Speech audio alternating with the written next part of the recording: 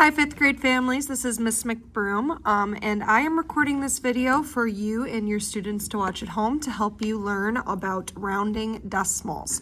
This is something that your student can watch while they're doing practice work at home, or you can watch as well so you can help your student learn how to round decimals. So we're going to start with this value right here. We call this value 5 and 718 thousandths.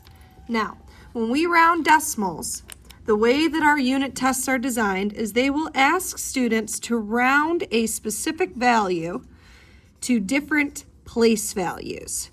So the first thing it's going to ask your students to round to is the nearest whole number.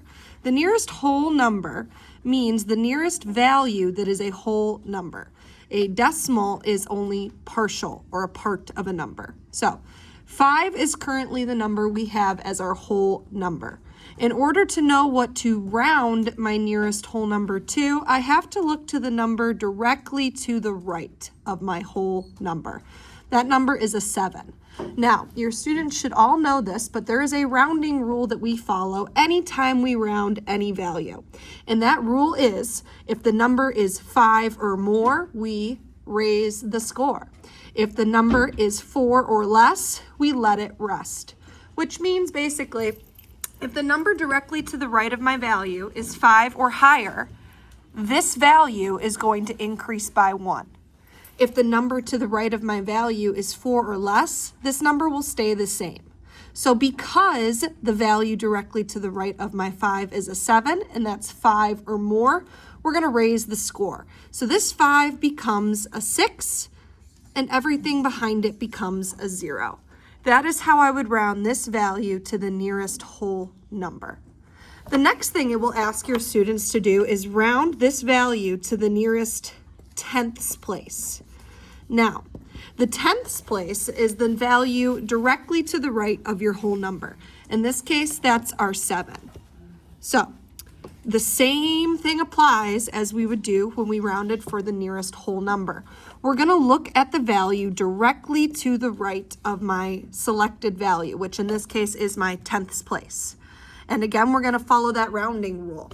If the number to the right of my selected value is 5 or more, I will raise the score. If it's 4 or less, I will let it rest, which means this number will stay the same. Because the number directly to the right of my tenths place is a 1, that's 4 or less, I'm going to let this rest. That means that my 7 is going to stay the same. Now, one thing that's tricky for our students to remember is when we're rounding decimals, everything before our selected place value is going to stay the same, and everything after is going to turn into a 0.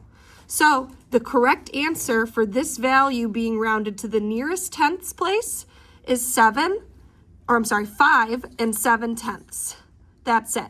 Everything before my value stays the same. Everything after my value becomes a 0, and your selected value is either rounded up or it's resting. It's staying the same. So 5 and 700 thousandths or 5 and 7 tenths. Okay. The next thing it will ask your students to do is round this value to the nearest hundredths place. Now, in this case, our hundredths place value is a 1. And I'm going to do the exact same thing that I have done for the last two values. I am going to look at the number directly to the right of my selected value, which in this case is my hundredths place, and the number directly to the right is an 8. Following my rounding rule, 5 or more, I raise the score. 4 or less, I let it rest. The value being an 8 means that my hundredths place is going to raise the score because an 8 is 5 or more. So, like I said before, everything before my targeted value, which is my hundredths place, everything before this place value is going to stay the same, okay? But my 1 in my hundredths place is going to be raised up, rounded up to a 2 because this 8 is 5 or more. And everything after my selected value becomes a 0.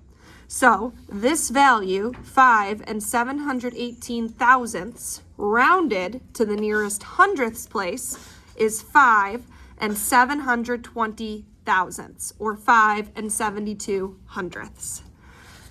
And that's it. That is how you round a decimal.